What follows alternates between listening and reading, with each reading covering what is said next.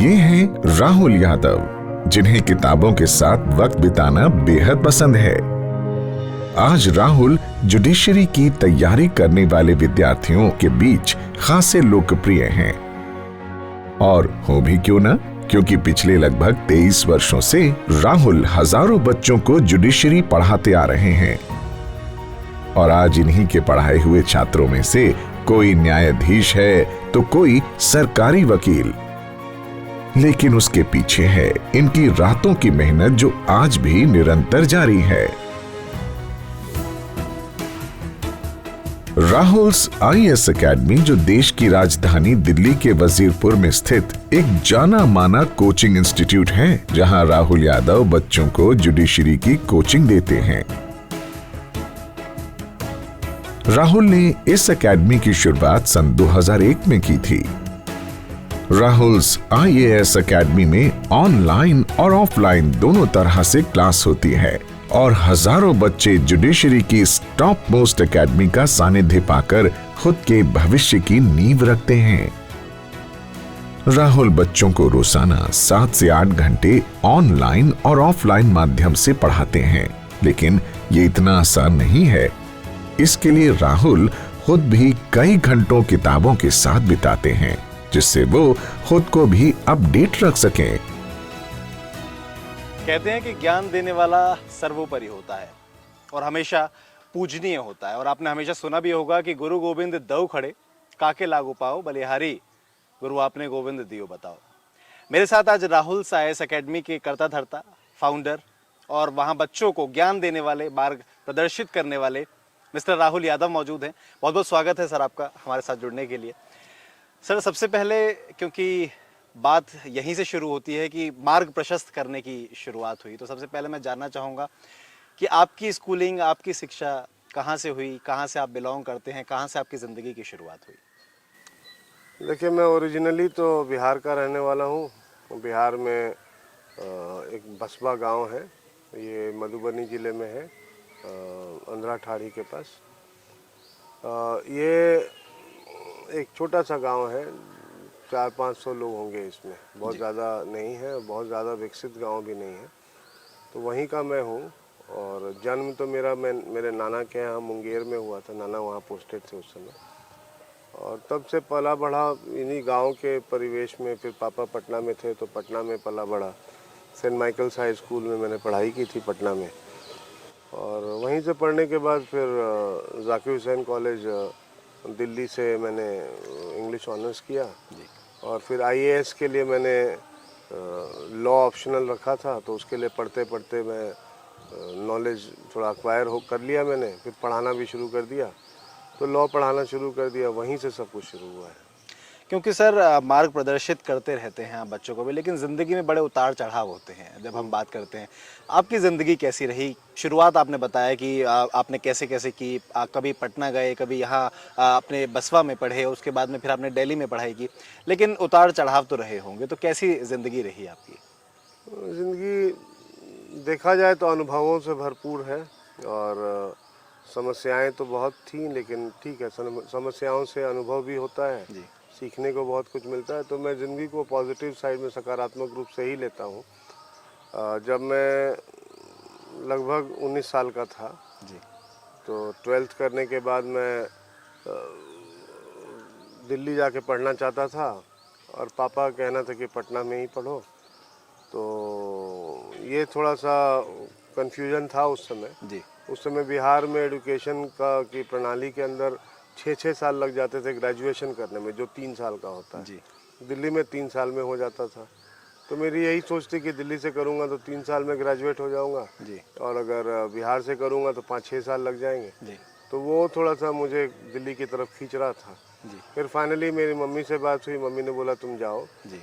तो वही 550 रुपये लेके मैं यहाँ से निकला था, जी। घर से, पटना से। और फिर वहाँ जाके एडमिशन लिया, फिर उसके बाद पढ़ाई शुरू की। फिर हॉस्टल मिल गया, फिर पापा ने भी सपोर्ट किया, पैसे भेजने शुरू किए यहाँ से। शुरू में तो वो सहमत नहीं थे जी। मेरे दिल्ली जाने से, लेकिन बाद में फिर सहमत हो गए। फिर मेरा मंथली खर्चा भेजना शुरू किया।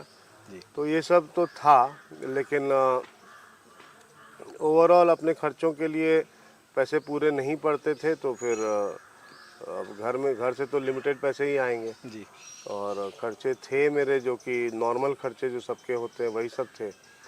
तो फिर उसके लिए धीरे धीरे मैंने ट्यूशन पढ़ाना शुरू किया, सेल्समैन की नौकरी की और जगह जगह घरों में घूम घूम के सेल्स वाले आइटम्स बेचता था मैं। जी तो काफ़ी इस तरह की चीज़ें चली 93 तक। जी फिर 93 में ही मैं देहरादून चला गया। जी एक स्कूल है वहाँ पे, मानव भारती पब्लिक स्कूल। जी उस समय स्कूल देहरादून ब्रांच जो है वो अभी बन ही रहा था, जी तो वहाँ मैंने पढ़ाना शुरू कर दिया एक स्कूल टीचर की तरह। जी तो वो छोटे बच्चे थे, क्लास 5-6 तक थे, तो प्राइवेट कैपेसिटी में वहाँ पढ़ा रहा था और उनके साथ खेल कूद और ये सब चीज़ें करता था मैं। उनका स्पोर्ट्स टीचर भी मैं ही बन गया था और पढ़ाता भी मैं था और भी टीचर्स थे। तो देहरादून में करीब मैं 1.5-2 साल रहा। जी 94 में मैं देहरादून से फिर दिल्ली वापस आ गया। वो फेज़ थोड़ा मेरा ठीक नहीं था क्योंकि घर से पैसे आने बंद हो गए थे, जी क्योंकि मैंने खुद ही बंद करा दिया था कि अब मुझे ज़रूरत नहीं, मैं काम कर रहा हूँ। तो मैं पापा खुश नहीं थे कि स्कूल में जाके नौकरी कर रहा है, तो वो थोड़ा सा था और घर से पैसे मेरे आ नहीं रहे थे जी और मुझे उस समय फिर काफ़ी स्ट्रगल करना पड़ा था। फिर खुद से सब कुछ मैनेज करना, फिर मम्मी का सपोर्ट रहता था लेकिन वो पूरा नहीं पड़ता था, जी तो काफ़ी स्ट्रगल रहा उस समय। स्ट्रगल मतलब इस तरह से कि खुद काम कर कर के पढ़ाना पढ़ना, तो ट्यूशन पढ़ाना ये सब करना पड़ा और ये चला मेरा करीब 99 तक। जी फिर 99 में मैंने शादी कर ली, तो उसके बाद और भी जिम्मेदारियां आ गई। मेरी वाइफ थी तो घर गृहस्थी की जिम्मेदारी हो गई। उसके 1 साल के अंदर मेरी बड़ी बेटी आ गई 2000 में। तो उस समय फिर तब मैं क्या करता था कि 97 से ही मैंने लॉ पढ़ाना शुरू कर दिया था, क्योंकि आईएएस में मैं एग्ज़ाम दे रहा था। जी तो आईएएस में मेरा एग्ज़ाम क्लियर नहीं हुआ था फाइनली, लेकिन उस प्रोसेस में लॉ काफ़ी पढ़ लिया था मैंने। जी तो वही पढ़ाना शुरू कर दिया मैंने और लॉ के कुछ बच्चे मेरे घर पे आते थे और वो आके पढ़ते थे मुझसे ट्यूशन की तरह। और फिर घर घर घूम के मैं इकोनॉमिक्स पढ़ाया करता था क्लास 11-12 के बच्चों को।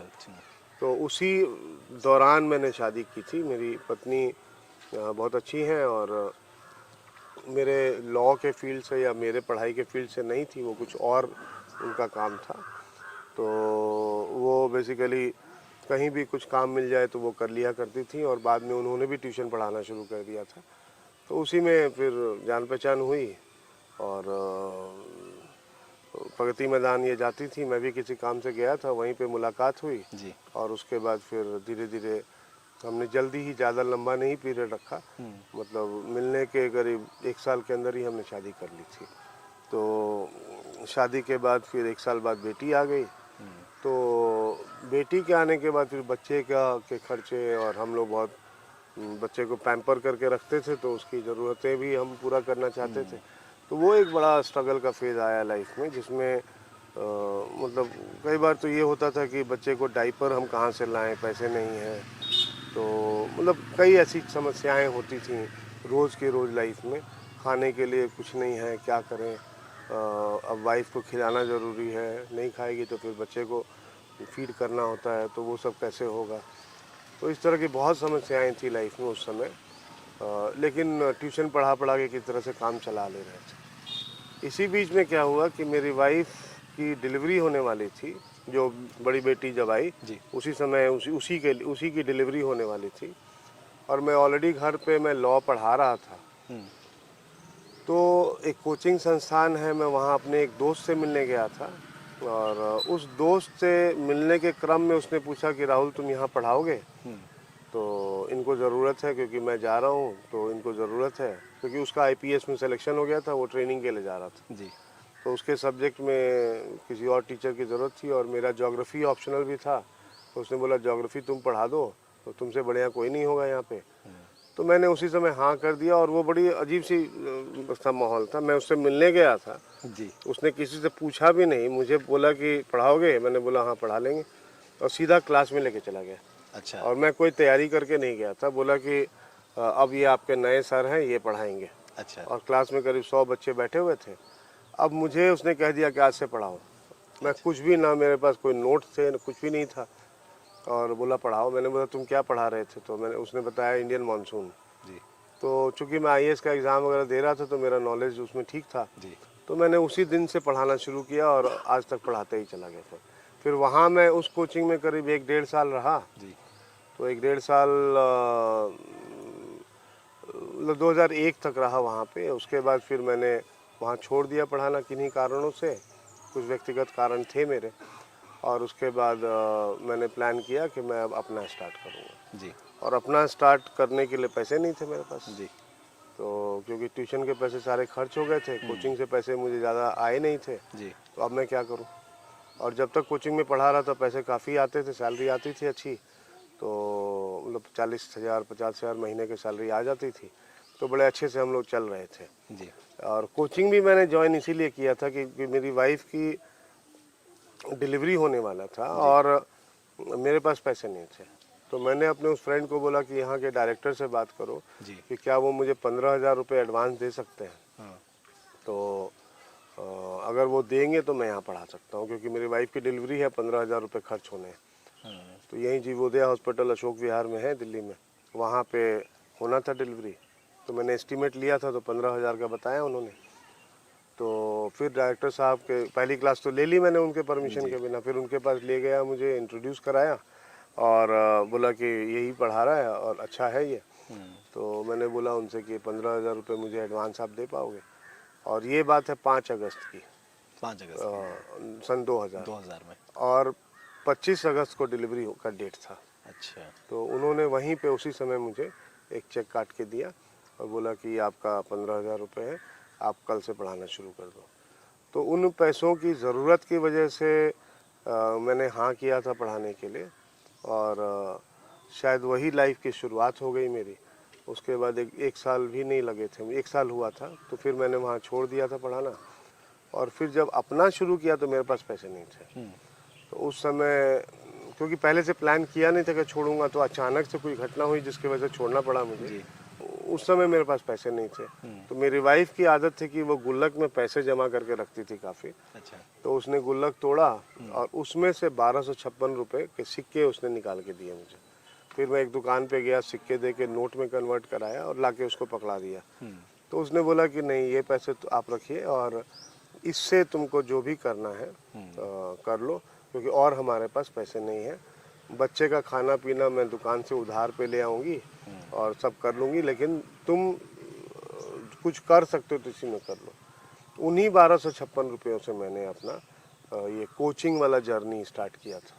और आज जहाँ भी हैं उन्हीं 1256 रुपये के सिक्के जो थे, उन सिक्कों की वजह से मेरी वाइफ आज भी सिक्के जमा करती है। वो हमारे लिए गुड ओमन है और आज भी गुल्लक में हम पैसे जमा करते हैं। और बाद में जब वो भर जाता है तो फिर कहीं दान पुण्य में उसको लगा देते हैं। तो लेकिन ये सोच कर करते हैं कि भगवान न करे दोबारा वही सिचुएशन आ जाए तो वही सिक्के काम आएंगे हमारे। तो यही था शुरू का स्ट्रगल। उसके बाद कोचिंग के टाइम में जब कोचिंग स्टार्ट किया तो वो तो एक अलग स्ट्रगल है। उसमें भी कैसे किया मैंने, मैं एक स्कूल का कोचिंग था जी। पहले से चल रहा था, मैं उनसे मिला जी। मैंने बोला कि आपका तो कोचिंग 2 बजे के बाद शुरू होता है, बच्चे स्कूल जाते हैं तो आएंगे तभी तो आप पढ़ाओगे। बिल्कुल। तो सुबह का टाइम आपका खाली पड़ा रहता है, तो आप मुझे दे दो और मैं यहाँ पढ़ाऊँगा और आपको मंथली। तो उन्होंने बोला कि नहीं, आप हमको शेयर देना, हम रेंट नहीं लेंगे। अच्छा। तो शेयर मजबूरी में मुझे शेयर करना पड़ा शुरू में जी। तो मैंने बोला ठीक है, शेयर दे दूंगा, लेकिन एक लिमिट तक ही दे पाऊंगा, उसके बाद नहीं। तो वो हमारी बातें हुई तो फाइनली वो रेंट पे ही आके बात आ गई जी। तो वो हुआ। उसके बाद फिर अब रोज़ मैं वहाँ पहुँच जाता था सुबह के टाइम में। अब शाम को बच्चे पूरा घर वो गंदा कर देते थे क्लास के टाइम में। ये लोग सफाई कराते नहीं थे, पैसे मेरे पास थे नहीं कि मैं किसी को दूं ताकि वो सफाई कर सके।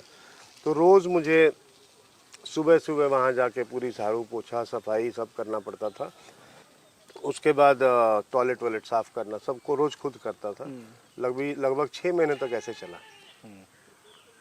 और उसके वहीं पे नहा के सब सफाई करके नहा के कपड़े पहन के साफ़ सुथरे, और वहीं पे मैं डायरेक्टर के टेबल पे बैठ जाता था। अच्छा। और रोज़ इंतज़ार करता था कि कोई आ जाए कोई आ जाए। अच्छा, कोचिंग जब खोला मैंने तो अब भाई एडवर्टीजमेंट तो करना पड़ेगा, तो उन्हीं 1256 रुपयों से मैंने पोस्टर छपवाए। अच्छा। क्योंकि उनको तो मुझे शुरू में देना नहीं पड़ा, उनके साथ तो डीलिंग ये था कि भाई शेयर देंगे। जब आएगा तो नहीं, रेंट पे ही बात हुई, लेकिन थोड़ा ज़्यादा रेंट लिया उन्होंने। जब एडमिशन आएंगे तब मैं दूंगा रेंट। तो उन्हीं 1256 से मैंने पोस्टर बनवाए और खुद ही सुबह सुबह 4-5 बजे जाके जहाँ जहाँ पॉसिबल था वहाँ वहाँ मैंने पोस्टर खुद से लगाए थे। और वहाँ से राहुल साईएएस की शुरुआत हुई थी। उसके बाद क्या हुआ कि पहला स्टूडेंट आया, वो वेस्ट बंगाल का था जी। और वो ज्योग्राफी के लिए आया था, जी। ज्योग्राफी पढ़ने के लिए, तो मैंने ले लिया ज्योग्राफी में। उसके बाद दूसरा आया एक ताले करके, वो भी वेस्ट बंगाल का था, विवेकपुरी था, वो जम्मू कश्मीर का था। और एक सीजू राघवन था, वो केरला का था, राघवन या सीजू नाम है याद है मुझे, वो केरला का था। तो ये 3-4 लोग आए। उसके बाद धीरे धीरे अब बच्चे आना शुरू हुए। अब जब सैलरी आती थी तो मैं जाके वाइफ के हाथ में पकड़ा देता था कि अब तुम घर खर्च चलाओ। तो वो बड़ा स्ट्रगल पीरियड था इस तरह से कि मुझे मतलब अपने बच्चे के साथ खेलने का भी मौका नहीं मिलता था, मैं उसको प्यार करने का मौका नहीं मिलता था। सुबह सुबह वो सो रही होती थी, मैं चला जाता था, और रात को मैं पढ़ना भी होता था। उस कमरे में पढ़ाई हो नहीं सकती थी, बच्चा है छोटा सा, तो मैं वहीं उसी जगह पे कहीं एक छोटे से कमरे में बैठ के पढ़ लिया करता था। और एक एक क्लास के लिए मुझे 8-8 घंटे पढ़ना पड़ता था, एक सिंगल क्लास के लिए, क्योंकि स्टार्टिंग फेज था तो बहुत तैयारी करनी पड़ती थी। बिल्कुल। तो फिर बाद में ज्योग्राफी 1-2 साल बाद बंद कर दिया मैंने और सिर्फ लॉ पे ही फोकस करने लग गया। और शायद यही वजह थी कि चूँकि लॉ पे ही फोकस किया तो बढ़ते बढ़ते बढ़ते कोचिंग आज इतना बड़ा हो गया। तो यही था मेरा फेज़। तो ये मतलब 10-10 दिन आते थे जब बच्चे को जागते हुए मैं प्यार कर सकूं या उसके साथ खेल सकूं। संडे, सैटरडे, संडे, मंडे से लेकर पूरे हफ्ते मैं इसी में लगा रहता था, पढ़ना पढ़ाना पढ़ना पढ़ाना। वाइफ अब कहती है कि वो कितना अकेला फील करती थी उस समय जब मैं काम में लगा हुआ था, लेकिन उसके लिए वो मुझे उलाहना नहीं देती, क्योंकि वो भी समझती है और मैं भी समझता हूँ कि अगर उतनी मेहनत आज नहीं करता उस समय जी। तो आज हम वहाँ नहीं होते जहाँ आज हैं। और ये करीब 2-3 साल तक चला, इतनी ज़्यादा मेहनत। और फिर धीरे धीरे थोड़ा सा टाइम निकालना शुरू किया फैमिली के लिए। फिर 2004 में मेरी दूसरी छोटी बेटी आई, तो उस समय तक हम थोड़े कंफर्टेबल हो गए थे, घर में कुर्सियाँ वर्सियाँ सब खरीद ली थी मैंने। और छोटी बेटी आई तो उसके बाद फिर थोड़ा और कंफर्टेबल हो गए, तो घर में सोफ़ा पहली बार 2006 में ख़रीदा मैंने। अच्छा। गाड़ी वगैरह कुछ नहीं था मेरे पास, मोटरसाइकिल भी ख़राब हो गया था, जी। तो कोचिंग पास में ही था तो पैदल ही जाया करता था। और वो जो जगह शुरू में लिया था वो तो मैंने 3-4 महीने बाद ही छोड़ दिया था, फिर एक दूसरी जगह ले ली थी मैंने। तो धीरे धीरे बढ़ते बढ़ते बढ़ते यहाँ तक पहुँच गए। यही छोटी सी स्टोरी है। अब इसके अंदर तो बहुत सारी बड़ी छोटी छोटी कहानियाँ हैं, तो उतना डिटेल में मैं नहीं गया। तो यही है। कभी ये सब चीज़ें सोच के आंखें भर आती हैं, आवाज़? नहीं, आंखें नहीं भर आती हैं, आंखें नहीं भर आती हैं, अच्छा लगता है ये सब सोच के। मुझे लगता है कि क्योंकि उसका दुख नहीं है मुझे, मतलब मुझे रादर उससे इंस्पिरेशन मिलता है कि मुझे लगता है कि भगवान ने बहुत अच्छा किया कि मुझे वो दौर दिखाया, उसकी वजह से मैं और टफ हो पाया और मजबूत हो पाया, इरादे और मजबूत हुए मेरे। और मुझे लगा कि खुद की मेहनत के बल पे आप कहीं पहुंच सकते हैं, तो कोई तकलीफ़ नहीं होती मुझे। अच्छा, मतलब अंदर से खुशी होती है कि मुझे वो भगवान ने मौका दिया और मैंने उसको निभाया। तो ये है मेरा। आपने जब भी आपसे बात हुई आपने बोला कि मैंने स्ट्रगल को चुना हमेशा, तो ऐसा क्यों? स्ट्रगल इस तरह से चुना कि अगर मैं चाहता तो पटना में ही रह जाता। पापा मेरी अच्छी जगह पे पोस्टेड थे उस समय। उस समय मेरे ख्याल से पापा विद्यालय सेवा बोर्ड बिहार के अध्यक्ष थे और गांव में भी काफ़ी सब कुछ था। फिर नाना जी मेरे आईएएस ऑफिसर थे, तो वो भी बड़े अच्छे पोस्ट पे उस समय थे। मेरे ख्याल से शायद उस समय वो समस्तीपुर के डीएम हुआ करते थे शायद, तो डिस्ट्रिक्ट मजिस्ट्रेट। जी। तो सब कुछ अच्छा अच्छा था लाइफ में। तो मैं चाहता तो मैं अपने घर पे रहता और यहीं से ग्रेजुएशन करता, 6 साल 5 साल जो भी लगते, और सारा ऐशो आराम में यहाँ पे मुझे मिल सकता था। तो लेकिन पता नहीं अब क्यों चुना मैंने, मैं नहीं जानता, लेकिन वो तो भगवान के ही हाथ में होता है क्या करवाते हैं आपसे। लेकिन ये ज़रूर है कि जो मैंने चुना तो वो थोड़ा स्ट्रगल का रास्ता था, थोड़ा नहीं काफ़ी स्ट्रगल का रास्ता था, और उसको निभाया मैंने फिर। बढ़ते रहे, और शायद वही स्ट्रगल आप अभी भी अपने बच्चों को लगातार अपनी स्पीच के जरिए बताते रहते हैं। हाँ, स्टूडेंट्स को भी बताते हैं, जो मेरी 2 बेटियां हैं उनको भी बताते हैं, और उनको बताते हैं, अपने भी एग्जांपल देता हूँ कि कैसे कैसे क्या होता है लाइफ में। तो वो सारी बातें मैं बताता हूँ उनको, ताकि उनको भी थोड़ा सा एहसास हो कि हम अगर बहुत ख़राब परिस्थिति, कई बच्चे बहुत ख़राब परिस्थिति में होते हैं, उनका स्वास्थ्य ख़राब होता है या घर की फाइनेंशियल स्थिति अच्छी नहीं होती है, बहुत सारे प्रॉब्लम सबको होते हैं। तो उनको बस यही संदेश देना चाहता हूँ कि अगर मैं कर पाया तो तुम भी कर सकते हो। ठीक? और आप जितनी भी विपरीत परिस्थितियाँ आ जाए, रास्ता आपके हाथ में होता है, बस आपको चुनना होता है। तो यही संदेश देता हूँ सबको, और कर रहे हैं बच्चे, अच्छा कर रहे हैं। प्लान कौन सा चुनना है ये आप ही को देखना पड़ेगा, कोई और अब बताएगा तो आपके पास 2-3 रास्ते होते हैं। आपके पास समस्या वाली कोई परिस्थिति आ गई तो आप उसमें समस्या में अपने आप को छोड़ दो, कुछ ना करो, मतलब कोई हिम्मत ना करो। और दूसरा होता है कि हिम्मत करके कोई एक रास्ता निकाल के आगे बढ़ो। तो हम क्यों छोड़ें? हम इंसान हैं, हमको भगवान ने बुद्धि अकल दिया है, तो हम क्यों छोड़ें? तो हमको जो भी रास्ता मिलेगा, अब जैसे ये पीछे आपके तालाब है, जी। अब इस तालाब को मुझे पार करके जाना है, मेरे पास कोई मार्ग नहीं है, कोई रास्ता नहीं, तो मैं क्या करूँगा? तैर के जाऊँगा। तैर के जाओ। तैरना नहीं भी आता है फिर भी कोशिश करूँगा, किनारे पे ही थोड़ा सा तैरने की कोशिश करूँगा, थोड़े टाइम पे सीख जाऊँगा, छोटा सा तालाब है, मैं तैर के चला जाऊँगा। तो अब ये सोच के कि मैं गीला हो जाऊँगा, ठंड लग जाएगी और ये हो जाएगा, वो हो जाएगा, डूब जाऊँगा, तो मैं छोड़ तो नहीं सकता ना। जाना है तो जाना है। तो वही मेरा नियम है लाइफ में, करना है तो करना है। आग का दरिया है, तैर कर जाना है। मतलब जय हाँ, मतलब आपको सामने जितना भी मुश्किल रास्ता है, आपको जाना तो पड़ेगा। अब मान लीजिए आग का ही दरिया है और आपके पास कोई और मार्ग नहीं है, आप हवा में उछल के जा नहीं सकते, तो क्या करोगे?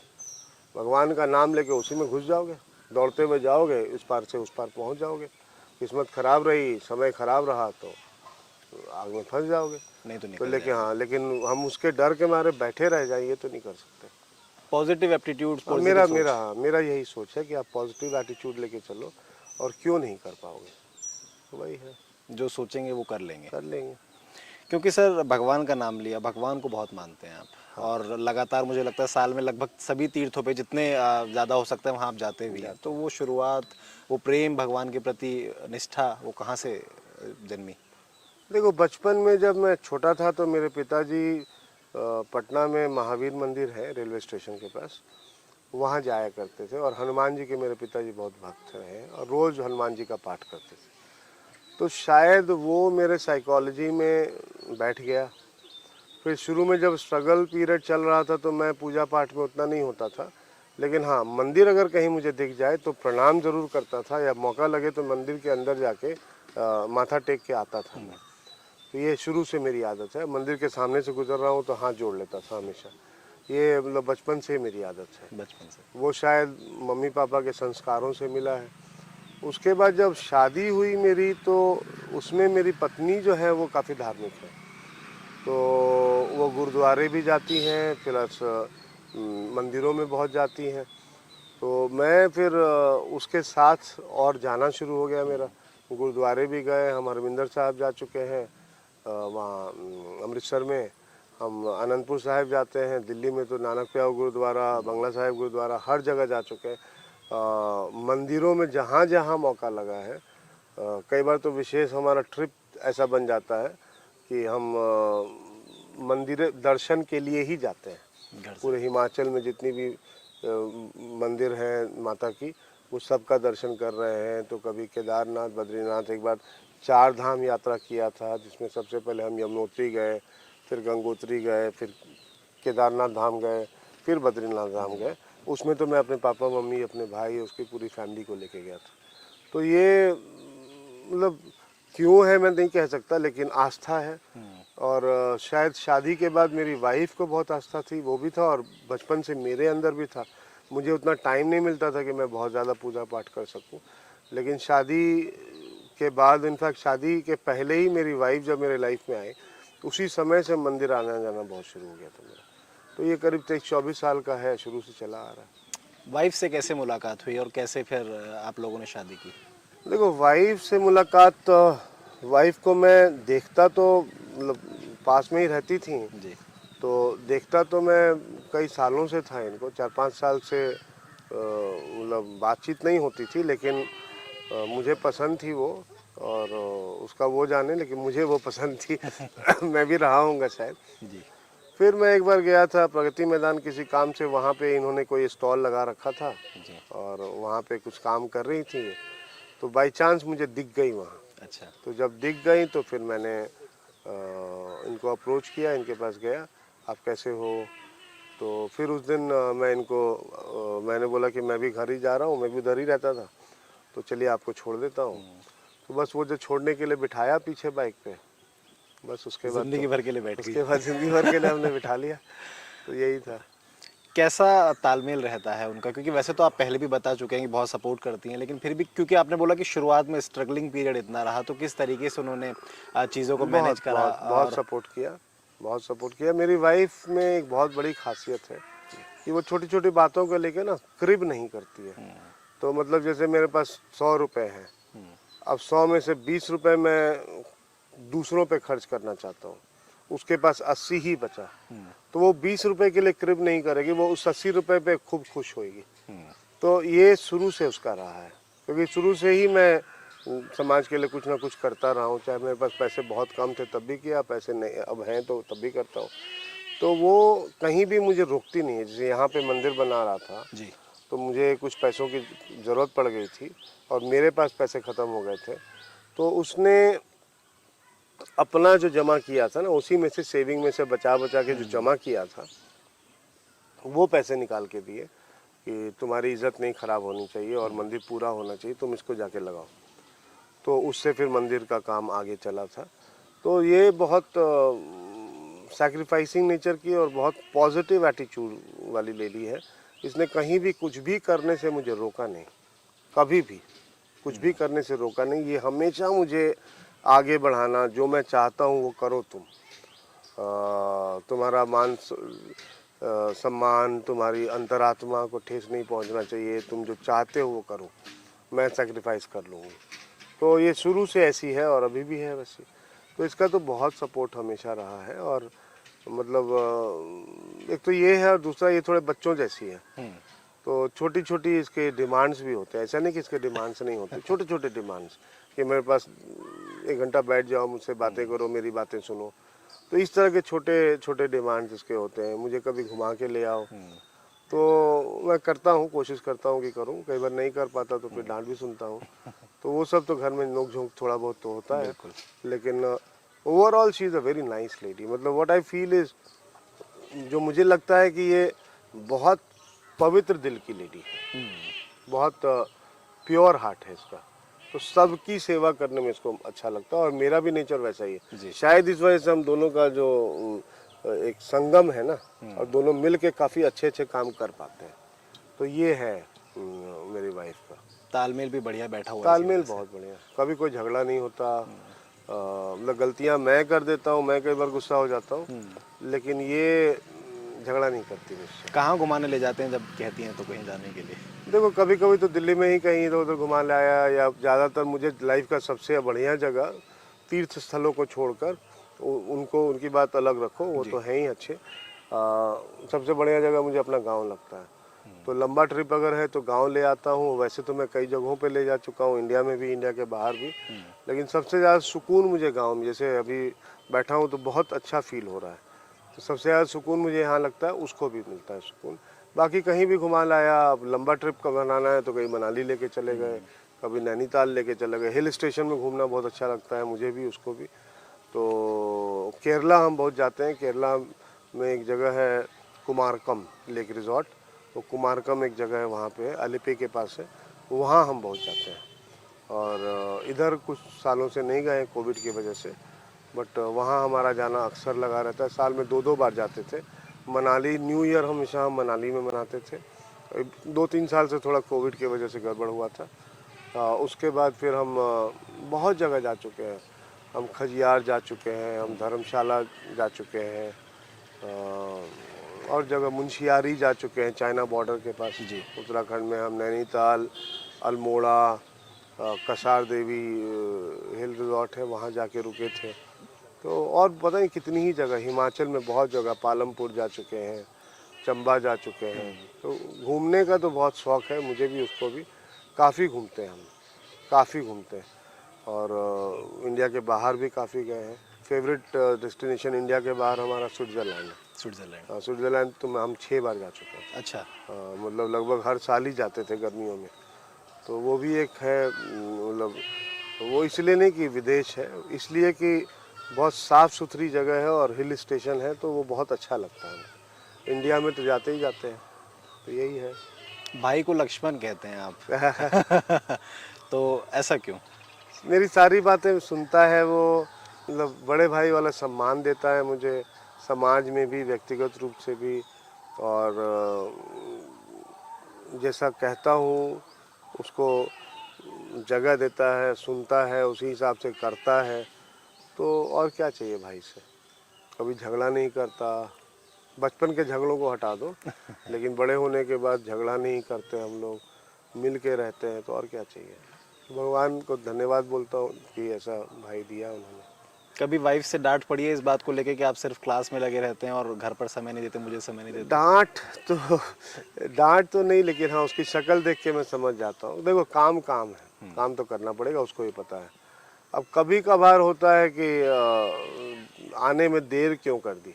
अब क्लास ख़त्म हो गया मेरा, मान लो 6 बजे शाम को, तो तब से वो वेट करती है कि अब आएगा, अब आएगा। मान लो 6 बजे की जगह 7:30 बज गया, तो 2 बार फ़ोन करेगी। मेरा फ़ोन साइलेंट पे होता है, मैं देख नहीं पाता, उठाता नहीं। तो तब थोड़ा सा वो नाराज़ होती है। बोलती कुछ नहीं है, नाराज़ होती है बस थोड़ी। जैसे जाऊँगा तो बात नहीं करेगी ठीक से, चुप रहेगी। तो मैं समझ जाता हूँ कि आज मैडम गुस्सा है। और गलती मेरी होती है, मैंने फ़ोन नहीं उठाया। कोई इमरजेंसी होगी तभी तो फ़ोन कर सकती है। बिल्कुल। तो ये छोटे छोटे ये सब बातें होती हैं कई बार। अदरवाइज क्लास को लेके नहीं डांटती है, कभी नहीं। मतलब काम को वो समझती है, क्लास को लेके नहीं। उल्टा उल्टा बोलती है कि तुम जाओ क्लास में। हाँ, अगर अब ये करूँ कि उसको इग्नोर कर दूँ और दो क्लास के बीच में मान लो 20 मिनट का गैप है और उसमें भी उसको फ़ोन ना करूँ, तब तो अकेली बैठी होती है घर में। तो अकेली, बच्चे भी बाहर पढ़ रहे हैं, तो अकेली घर में है, तो इसका भी तो मन करता है ना कि कोई बात करे मेरे से, और हस्बैंड है तो बात करे। तो वो तो कई बार मुझसे गलती हो जाती है, तो थोड़ी सी नाराज़गी इसको होती है, लेकिन शो नहीं करती है।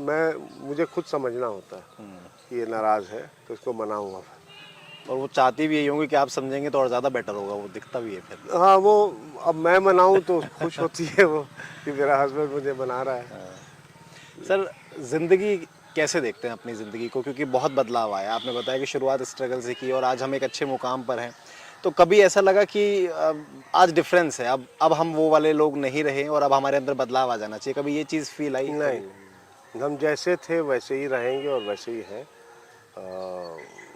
धरती के लोग जो दुखों और कष्टों को देख के उनको झेलते हुए आगे बढ़े हैं, वैसे ही रहेंगे हमेशा।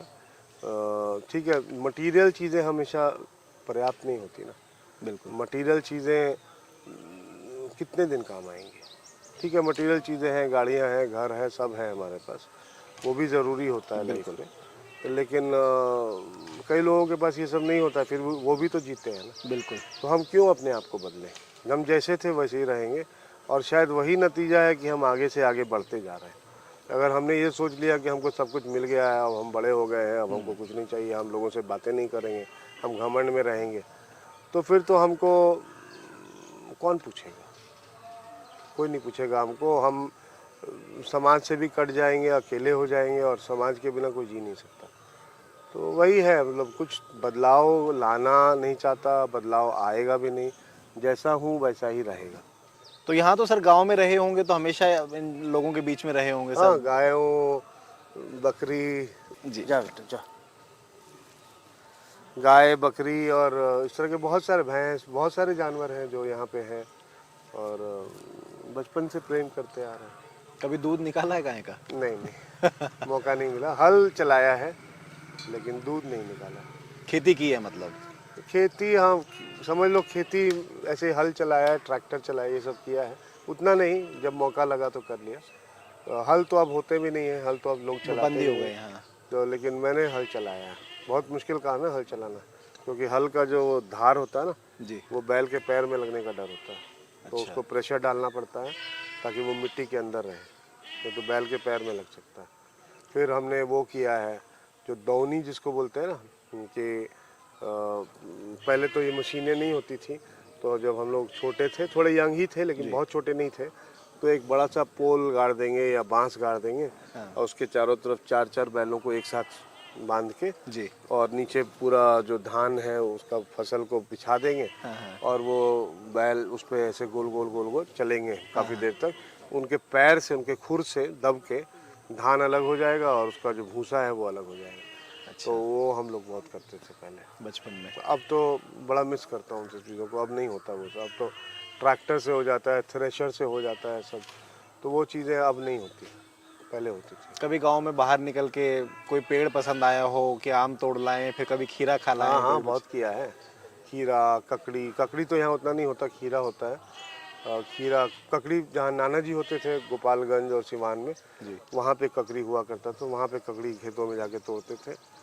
यहाँ पे पेड़ पे चढ़ के आम तोड़ना ये सब बहुत किया है, बचपन में भी किया है और इनफैक्ट 2006 में किया है मैंने, 6-7 में जब आया था, 36-37 साल का था, तो पेड़ पे चढ़ के और आम तोड़ के वहीं पे खा रहे हैं, ये सब खूब कर रखा है। और बीजू आम होता है, जी। बीजू आम को सीधा ऐसे चूस के खाया जाता है, जी। तो वो सब भी किया है बहुत। मतलब बाल्टी में पानी में भर लिया, बहुत सारा छोटे छोटे आम होते हैं और उनको फिर खा रहे हैं।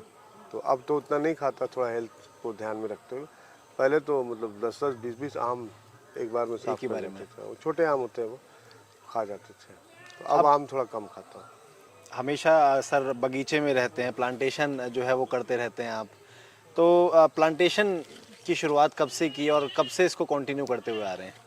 कई सालों से। आप पीछे तालाब के उस तरफ देखेंगे, पेड़ लगे हुए हैं। जी जी। आम का बहुत बड़ा बगीचा है वहाँ पे। वो मैंने लगाया था करीब 6-7 साल पहले, और वो आज पेड़ बहुत बड़े हो गए हैं। इतने मोटे तो नहीं हुए लेकिन काफ़ी बड़े हो गए और उनमें आम आ भी रहा है। जी। आजा बेटा, आजा आजा आजा आजा आजा। अपने ही पेड़ को सर बड़े होते हुए देखना, फिर उसके आम खाना, बहुत अच्छा लगता है। फीलिंग। घर में आम के पेड़ लगा रखे हैं, पीछे की तरफ बहुत बड़ा बगीचा है पुराने घर के पास।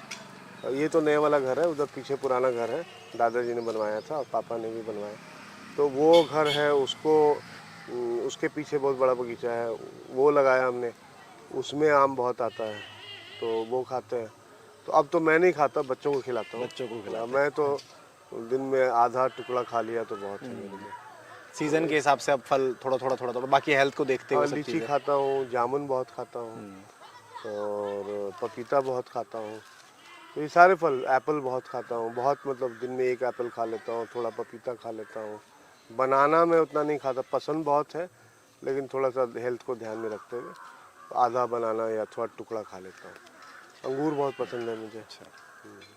अब हमेशा बच्चों को भी सलाह देते हैं कि रूट्स को मत छोड़िए, क्योंकि प्लांटेशन की भी बात करें, लेकिन आप कहते हैं कि ज़मीन जो है वो माँ है, मतलब वहाँ से आपने छोड़ दिया तो लगभग सब खत्म होने की कगार पर हो जाएगा। ऐसा क्यों, मतलब बताना पता नहीं, मुझे लगता है कि जिस ज़मीन पे मेरे पिताजी, मेरे दादाजी, मेरे परदादा जी, मेरे अन्य पूर्वज, उन सब के पैर पड़े हैं, वो ज़मीन मेरे लिए जब भी कुछ देगा तो आशीर्वाद ही देगा।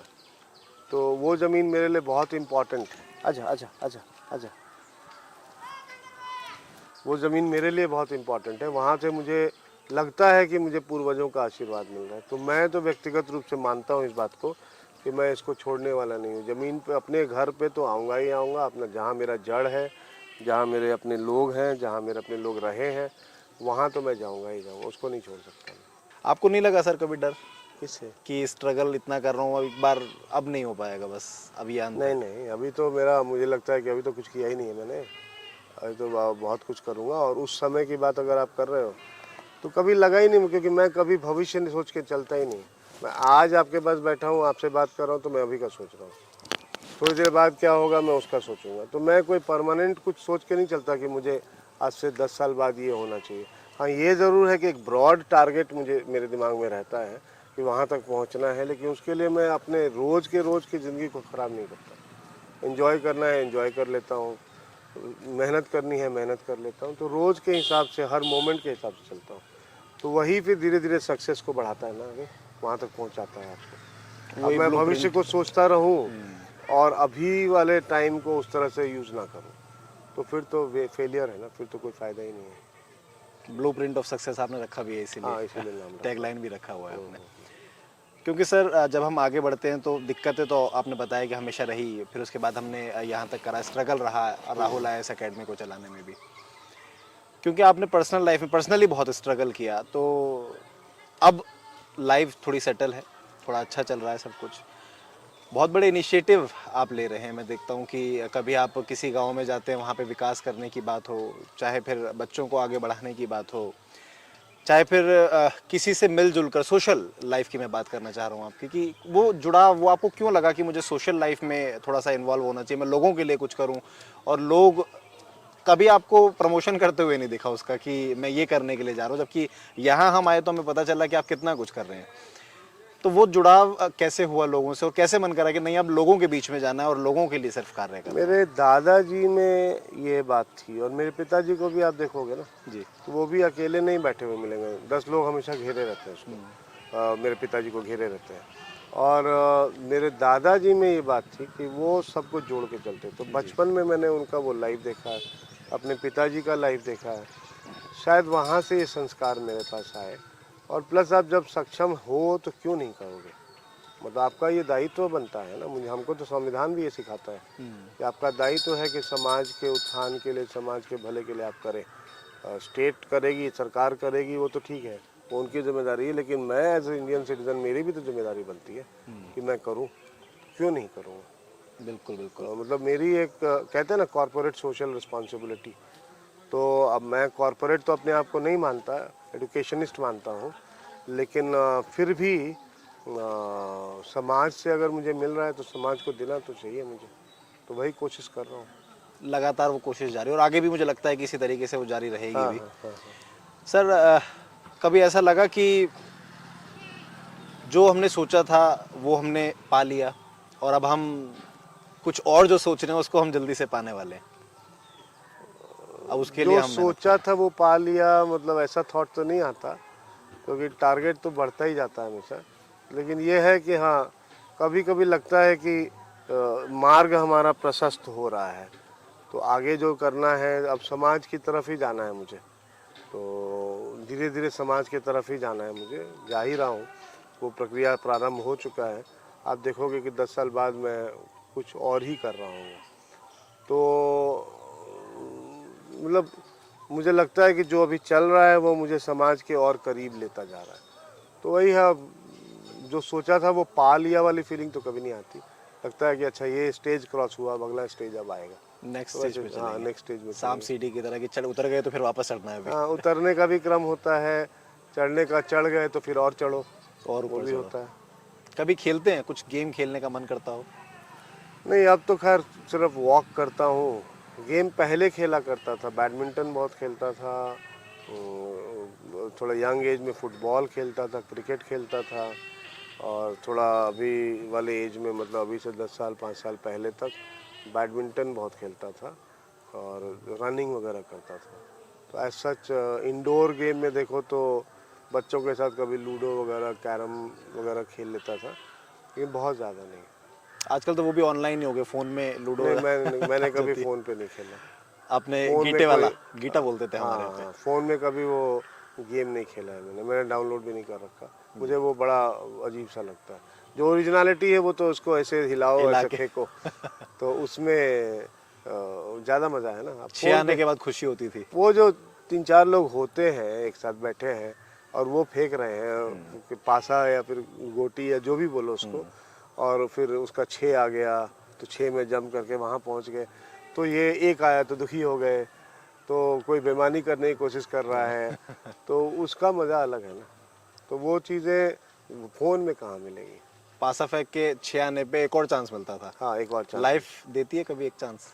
और मानो तो देती है, ना मानो तो नहीं देती, लेकिन मेरे साथ वो मौका शायद नहीं आया है, एक और चांस वाला। लेकिन देखा जाए तो हर क्षण आपको एक चांस तो मिल ही जाता है। तो मतलब मैं तो मानता हूँ कि लाइफ आपको हमेशा एक रास्ता इन स्टोर रखती है आपके लिए। तो अब आपके ऊपर है कि उसको मानो तो ठीक है, नहीं मानो तो चलता रहेगा। पिक्चरें देखने का शौक रहा कभी? पिक्चर बहुत देखता हूँ टेलीविज़न पे। हॉल में जाके तो लास्ट मैंने कौन सी देखी थी वो याद नहीं, जी। अभी याद नहीं आ रहा। और मूवी जैसे फ्री हो गया, कोई काम नहीं है तो या तो कोई न्यूज़ चैनल लगा लेता हूँ या फिर कोई मूवी लगा लिया, तो जो भी आ रहा है उसको देख लिया। बड़ा इन्वॉल्व होके देखता हूँ। तो कोई फेवरेट टाइप्स कुछ नहीं है। जिसमें भी कोई अच्छी सी मूवी आ रही है, एक्शन मूवी ज़्यादा पसंद है मुझे।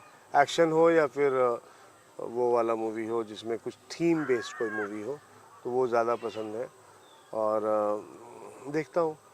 लेकिन मतलब टाइम है तब देखता हूँ, टाइम निकाल के अलग से नहीं देखता। गदर में सनी देओल थे, उस समय तो बहुत फेमस रहे होंगे।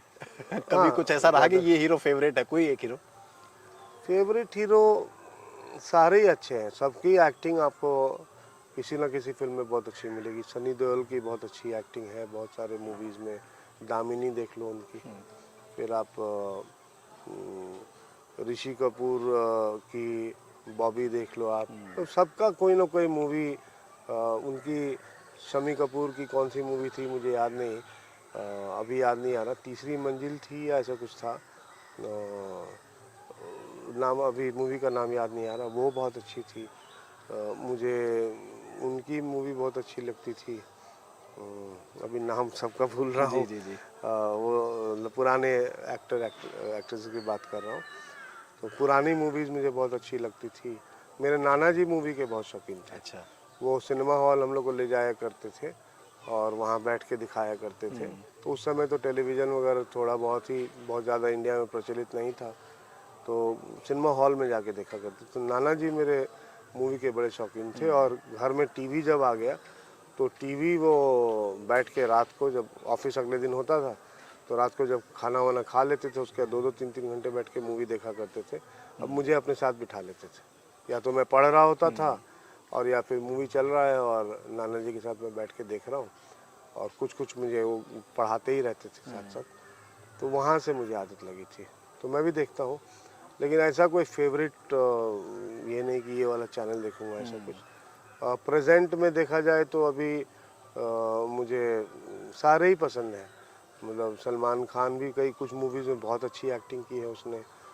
शाहरुख खान ने कुछ मूवीज़ में बहुत ज़बरदस्त एक्टिंग की है। आमिर खान का वो सरफरोश मुझे बहुत पसंद है। तो इस तरह के बहुत सारे हैं। एक्ट्रेसेस में भी मुझे अक्षय कुमार का वो लंदन वाला कौन सा है जो कटरीना कैफ है उसमें, नमस्ते लंदन। नमस्ते लंदन, वो बहुत पसंद है मूवी। उसमें दोनों की एक्टिंग बहुत ज़बरदस्त है। तो उस तरह से बहुत सारे मूवीज़ हैं जो मुझे पसंद है। उतना याद नहीं रहता क्योंकि पढ़ाई से फुर्सत ही नहीं मिलती।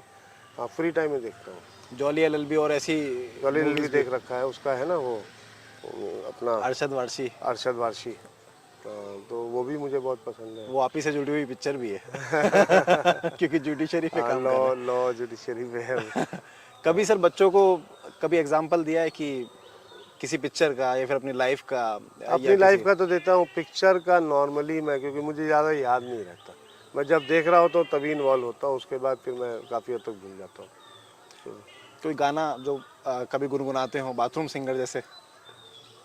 हमेशा जो दिमाग में रहता हो कि बाथरूम में नहाने भी गए तो चल रहा है कि हाँ। ऐसा कोई एक खास गाना नहीं है। जो गाना सुन रहा था नहाने के पहले वही गुनगुनाने लगते हैं, ऐसा कोई खास नहीं है। मुझे देशभक्ति गाने बहुत अच्छे लगते हैं। देशभक्ति।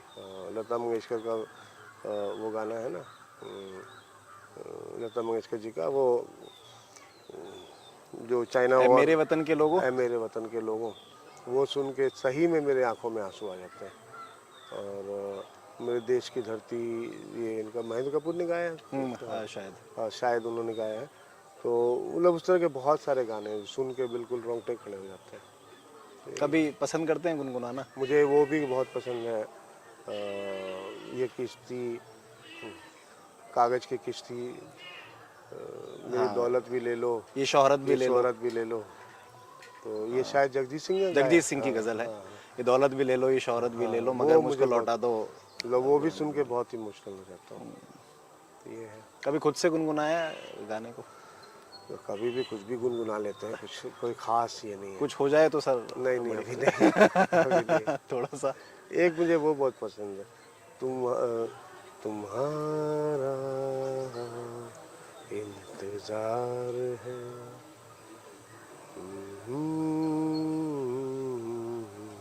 पुकार लो, होठ पे लिए हुए दिल की बात हम जागते रहेंगे और कितनी रात हम, मुक्त सर सी बात है, तुमसे प्यार है। ये वाला बहुत पसंद है। बहुत अच्छा, आप बहुत अच्छा गाते भी हैं सर। मुझे पता लगता है कि नहीं, आपको गाते- क्लासेस के साथ वो भी शुरू करना चाहिए, साइड सिंगिंग। एक क्लास गाना वो तो भी नहीं होगी। आता, लेकिन ये बहुत पसंद है मुझे। बहुत अच्छा लगा सर। और क्योंकि ये चीज़ें जो हैं वो बहुत ज़रूरी हैं, मतलब ज़िंदगी में एटलीस्ट हमें कभी कभार तो मौज मस्ती भी करनी चाहिए, बहुत ज़रूरी होती है। वाइंड अप करेंगे सर जल्दी से, ज़्यादा समय आपका नहीं लेंगे, लेकिन फिर भी मैं चाहूँगा कि कुछ ऐसा संदेश जो वाकई जिसे सुनने के बाद रोंगटे खड़े हो जाएं, कि लगे कि ज़िंदगी में अगर कुछ करना है। वैसे तो आपकी लाइफ स्टोरी, मतलब मुझे तो, मैं पर्सनली इमोशनल हुआ। मैंने आपसे पूछा कि आप कभी इमोशनल नहीं होते, तो आपने बोला कि मुझे बहुत अच्छा लगता है कि मैंने वो स्ट्रगल किया। मतलब personally I am feeling emotional कि हाँ, आप इतना सब कुछ करने के बाद आप यहाँ पे पहुँचे हुए हैं। ऑल्दो आपको पता ही है कि जब बाहर निकलते हैं तो लोग कहते हैं कि अरे हो गया, किस्मत अच्छी थी। ऐसा हुआ कभी, कुछ कहने वाले मिले? होंगे, मैं कुछ परवाह तो। नहीं करता। मैं अच्छा सोचता हूँ, अच्छा चलता हूँ। बोलने वाले बोलते होंगे, आई हार्डली केयर, मुझे नहीं फ़र्क पड़ता। हर किसी को बोलते हैं, मुझे भी बोलते होंगे, बिल्कुल। मुझे क्या फ़र्क पड़ता है। मुझे अपना अच्छा काम करते रहना है, खुश रहना है। क्वालिटी पे काम करना है। और हाँ ये तो हाँ, आपने शुरुआत मुझे से इनसे बोला। नहीं, अब मान लीजिए आप ही मेरे बारे में कुछ बोल दें, कुछ सोच लें, तो अब एक बात कहें, उदाहरण बुरा नहीं मानिएगा, तो ठीक है, आपकी सोच है, आपने ऐसा सोचा, तो आपका बहुत स्वागत है। लेकिन उसके बाद आपको लेके मैं परेशान थोड़ी होता रहूँगा। बिल्कुल। मुझे अपने काम करने में बस फुर्सत कहाँ है कि मैं सोचूं। समय नहीं हाँ है। हाँ और समय की कीमत तो हम थोड़ी देर पहले समझ ही रहे थे कि समय है क्या। हाँ हाँ हाँ। मैं चाहूंगा एक बार समय आप दोबारा दोहरा दें कि समय है क्या आपकी नज़र में अगर देखें तो। समय बहुत कीमती है। समय कीमती धन के रूप में नहीं है, पैसों के रूप में ही। समय बहुत कीमती है कि आप उस समय में बहुत अच्छे अच्छे काम कर सकते हैं। आप उतने से समय में आप कुछ क्रिएटिविटी ला सकते हैं। समय को व्यर्थ नहीं करना चाहिए। खाली भी बैठे हो तो कुछ सोच के कंस्ट्रक्टिव काम करते रहो। मैं कई बार खाली बैठा होता हूँ, लेकिन सोचता हूँ, कुछ कंस्ट्रक्टिव प्लानिंग करता हूँ, तो कुछ अच्छा सा निकल के आता है। आप मुझे कई बार देखोगे, मैं अकेला बैठा हुआ कुर्सी पे चाय पी रहा हूँ या कुछ वैसे ही अकेला बैठ के आसमान देख रहा हूँ, कई बार होता है। तो ऐसा नहीं कि मैं उस समय खाली बैठा हूँ, वो समय मैं यूज़ कर रहा हूँ कुछ कंस्ट्रक्टिव प्लानिंग के लिए, कुछ अच्छा बच्चों के लिए, स्टूडेंट्स के लिए, या फिर समाज के लिए कुछ ना कुछ प्लान करता है, अपनी फैमिली के लिए। तो समय तो बहुत बलवान है। समय आपको ऊपर भी उठाता है, समय आपको नीचे भी गिराता है, तो वो तो है।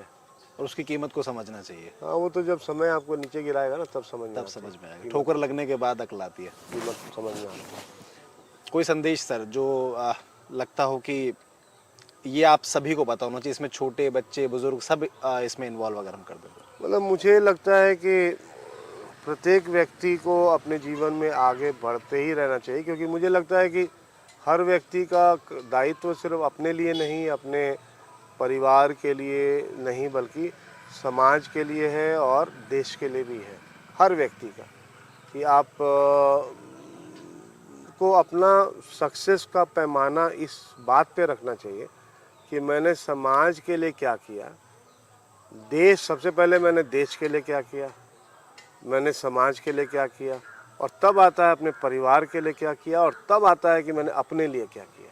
अगर आप देश और समाज के लिए कुछ कर पाए हैं, तब तो आप सक्सेसफुल हैं। अगर आपने सिर्फ अपने लिए किया है, आप बहुत बड़े बिजनेसमैन हैं, अपने लिए किया सब कुछ, कुछ दूसरों के लिए कुछ नहीं किया, तो वैसा बिजनेसमैन बन के कोई फ़ायदा नहीं है। बच्चों के लिए क्या संदेश देना चाहेंगे अपनी एकेडमी के? बच्चों को खूब मेहनत करनी है और सफलता प्राप्त करनी है, और मेहनत करोगे तो सफलता मिलेगी। ऐसा नहीं है कि कोई जेन्युइनली मेहनत करे उसको सफलता ना मिले, ऐसा नहीं होता है। और आप जज ना भी बने तो आप बहुत अच्छे वकील बन सकते हैं, आप किसी भी और फील्ड में बहुत अच्छा काम कर सकते हैं। मेरे बहुत स्टूडेंट्स हैं जो वकील हैं, वकालत कर रहे हैं और बहुत अच्छा काम कर रहे हैं, and I am very very proud of them. तो आप जो भी कर रहे हैं या जो भी करते हैं जीवन में, मुझे आप पर बहुत गर्व है, और आप बस ईमानदारी से और कड़ी मेहनत के साथ करें उसको, और जज बन जाते हैं तो जजशिप को भी बहुत कड़ी मेहनत के साथ निभाएं आप। गांव के लोगों के लिए क्या कुछ कहना चाहेंगे, क्योंकि गांव में लगातार विकास भी कर रहे हैं, अपने गांव के लिए भी और बाकी जो मैं बस इतना ही कहूँगा कि आप लोग के लाइफ में बहुत स्ट्रगल है, बहुत समस्याएं हैं। सारी समस्याएं तो मैं दूर नहीं कर सकता, लेकिन जितना मैं कर पाऊँगा मैं पूरी कोशिश करूँगा कि जितना मेरे भगवान मुझे शक्ति देते हैं उसके हिसाब से मैं करूँगा ज़रूर। और आपको खुद भी आगे बढ़ के अपनी समस्याओं का हल करना पड़ेगा। हाथ पे हाथ धरे बैठे रहने से कुछ नहीं होता है, आपको आगे बढ़ना पड़ेगा, मेहनत करनी पड़ेगी, अपनी समस्याओं को दूर करना पड़ेगा। और सबसे इम्पोर्टेंट संदेश है कि अपने बच्चों को पढ़ाएं। मैं देख रहा हूँ कई बच्चे 8वीं तक पढ़ते हैं और ड्रॉप आउट हो जाते हैं, तो ये ठीक चलन नहीं है। आप 9वां 10वां 11वां 12वां ग्रेजुएट सब कराइए उसको। सरकार भी आजकल बहुत सुविधाएं दे रही है, सरकार भी आपके खर्चे उठा रही है पढ़ाई के काफ़ी हद तक, और प्लस मेरे जैसे बहुत लोग हैं जो आपको सपोर्ट करने को तैयार हैं। आप मेहनत करके आगे तो बढ़ो, बहुत सारे हाथ हैं जो आपको थाम लेंगे। तो पढ़ाई में पीछे कॉम्प्रोमाइज़ नहीं करिएगा आप, क्योंकि वही उनको समझदार भी बनाता है, वही उनको नौकरी भी दिलाता है, या वही उनको रोज़गार भी दिलाएगा। सरकारी नौकरी तो चलो लिमिटेड है, हर किसी को नहीं मिल सकती, लेकिन फिर भी मेहनत करने पे मिलती है।